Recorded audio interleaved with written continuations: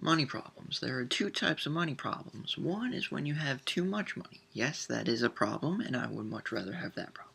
Or two, when you don't have enough money, and that's the problem where most of us stand right now. So, most of us handle our money problems like the way we handle jury duty. We try to ignore it until it goes away. Although that might work with jury duty, that's not going to work with money, because if you don't pay attention to it for months or even years, it builds up until you're like, crap, I have $5,000 worth in credit card debt. So this video is going to help you to handle it a little better and maybe even make a budget. That's a nasty word we use. Budget. That's the same thing like using diet. And there's one similarity and one difference between a budget and a diet. The difference, of course, is diet involves food and calories. The other, budget, involves money. The one similarity between a diet and a budget is overall they don't work. It's like going on a diet and your friends look at you like, I'll give you 2 days. And then you beat their expectations by doing it for 3 days. And then you quit.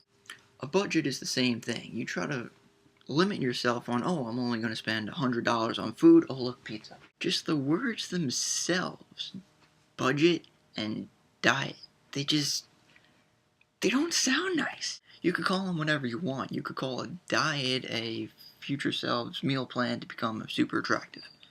Or you could call a budget a spending plan to become a mega millionaire. You could call them whatever you want. The point is, we gotta start managing it a little differently, and this video is gonna be giving you a couple of tips. Tip number 1, it doesn't matter how much money you make. We all have different jobs making different amounts of money. However, we're all broke. It matters how much you save and keep and not make. Tip number 2, do not use debit cards or credit cards. Because whenever you buy something like $5, swipe. $100, swipe. $1 million, swipe. You don't get the concept of how much money you're actually spending. You're just swiping. So instead, use cash. That might have looked more than it actually was. That was only $5.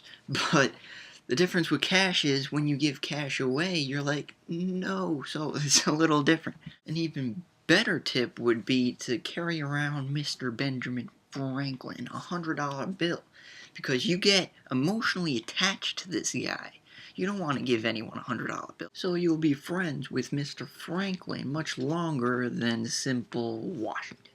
So once you start using cash, you become more aware of what you're actually buying and how much it is. The next tip would be automatic payments, like Netflix and your cell phone bill.